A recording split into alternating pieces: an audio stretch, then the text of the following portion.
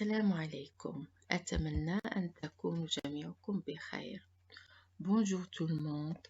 J'espère que vous allez bien. Comme promis, aujourd'hui, vous allez suivre avec moi la leçon qui va vous aider à comprendre ce que c'est la subordination. Et c'est aussi la suite de celle de la phrase simple et la phrase complexe. Alors, qu'est-ce que c'est que la subordination? Eh bien, la subordination est l'action d'unir deux propositions au plus.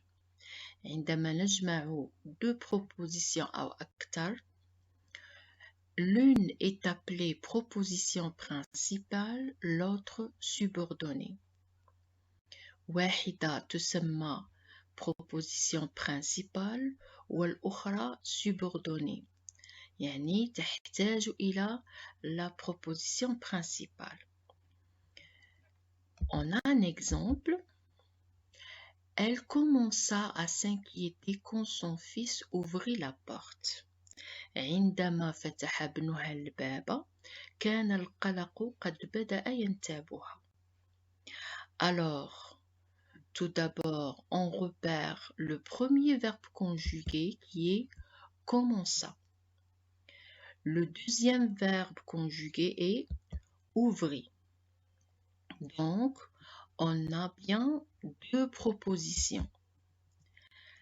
La première proposition, elle commença à s'inquiéter, et la proposition principale. La deuxième proposition qui est subordonnée est quand son fils ouvrit la porte.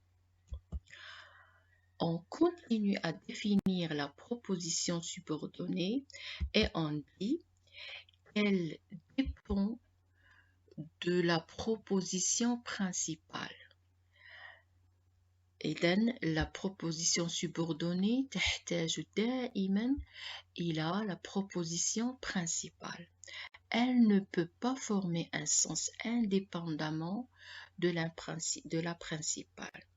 لا يمكنها أن تستقل بنفسها لأن ليس لها معنى لوحدها. Alors on ne peut pas dire quand son fils ouvrit la porte. Il n'y a pas de sens.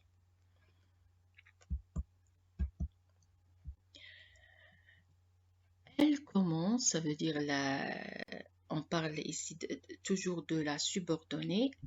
Elle commence toujours par un subordonnant qui la relie à la proposition principale.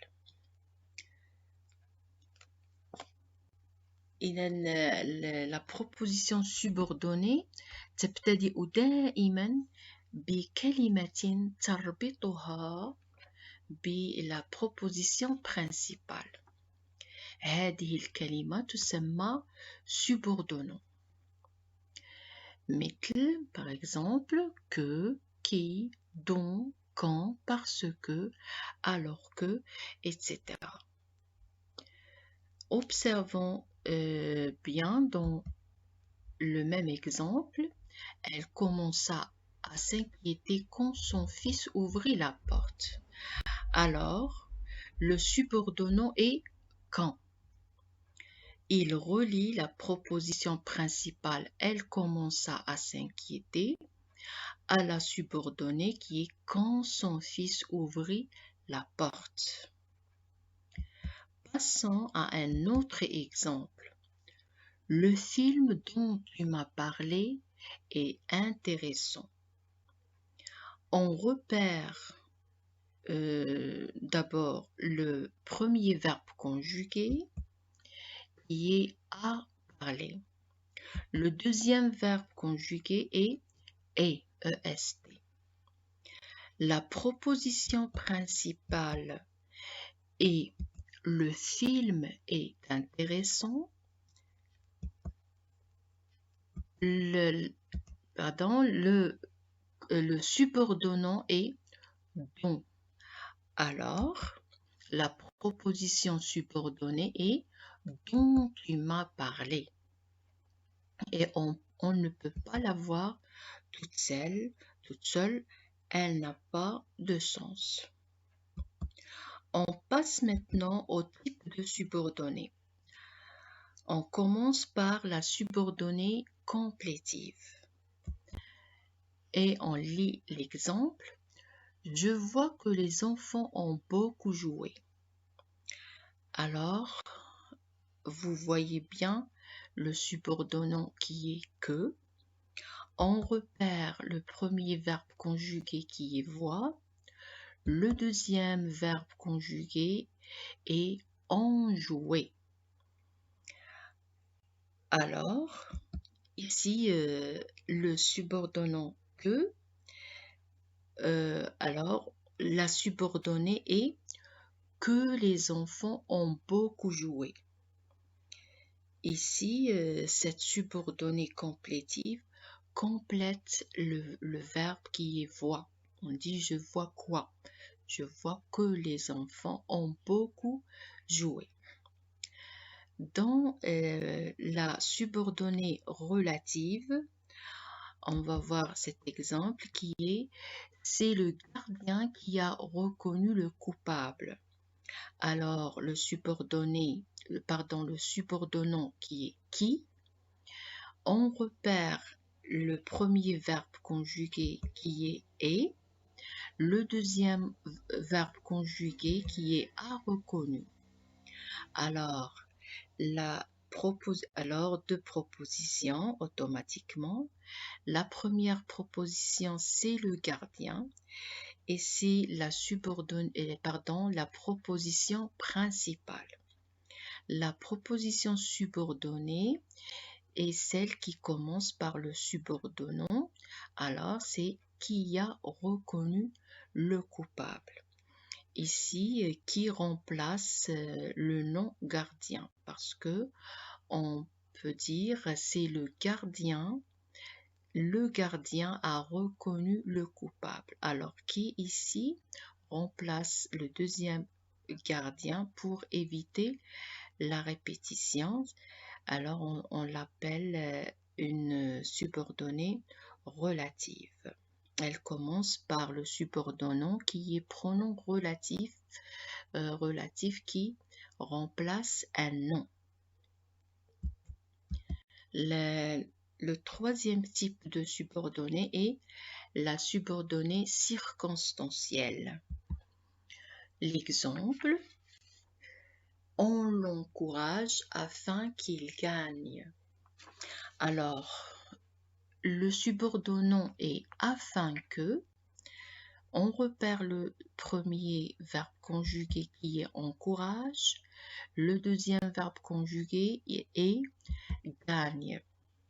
Alors, on l'encourage est la proposition principale.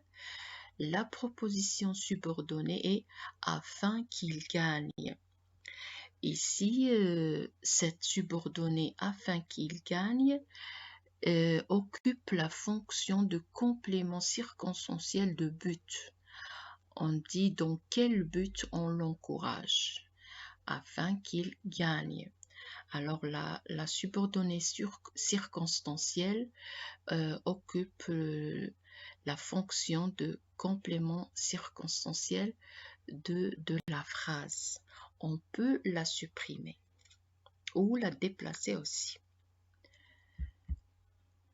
On a aussi la subordonnée interrogative indirecte. Un exemple, elle demande combien coûte cette robe. Alors, il y a le subordonnant combien. Il relie les deux propositions. Dans la première proposition, il y a le verbe conjugué qui est demande. Dans la subordonnée combien coûte cette robe, il y a le verbe conjugué coûte. Alors, c'est une subordonnée interrogative. Il s'agit d'une phrase au discours indirect, tout simplement.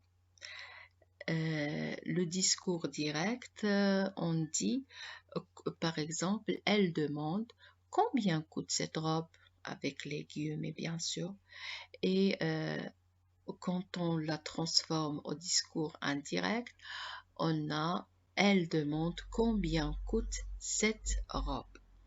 C'est la même chose pour la subordonnée exclamative indirecte. Maintenant que vous avez appris comment parvenir à repérer une subordonnée, on passe à un test. Voici une phrase tirée du roman Vol de nuit de Saint-Exupéry.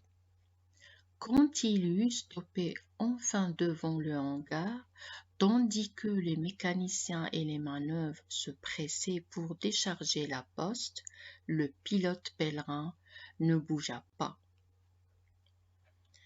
Alors ici, la première étape, vous allez repérer les verbes conjugués. Après, vous allez repérer aussi les subordonnants.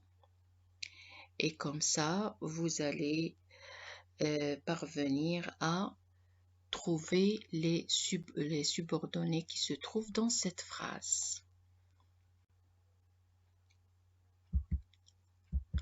Maintenant, on passe à la correction. Alors, on a les subordonnants quand et tandis que. Le premier verbe conjugué est eut stoppé. Le deuxième est se presser. Un troisième, c'est bougea. Alors, on a bien trois propositions. On a trois propositions. Alors, la première subordonnée est quand il eut stoppé enfin devant le hangar. La deuxième subordonnée est tandis que les mécaniciens et les manœuvres se pressaient pour décharger la poste. Et la troisième proposition, qui est la proposition principale, le pilote pèlerin ne bougea pas. Alors, cette proposition principale, on peut la voir toute seule comme phrase simple et elle aura un sens complet. Le pilote pèlerin ne bougea pas. Mais les deux subordonnés ne peuvent pas construire un sens à elles toutes seules. Je suppose que vous parviendrez à reconnaître facilement maintenant les subordonnés. Je vous souhaite bonne chance et à bientôt.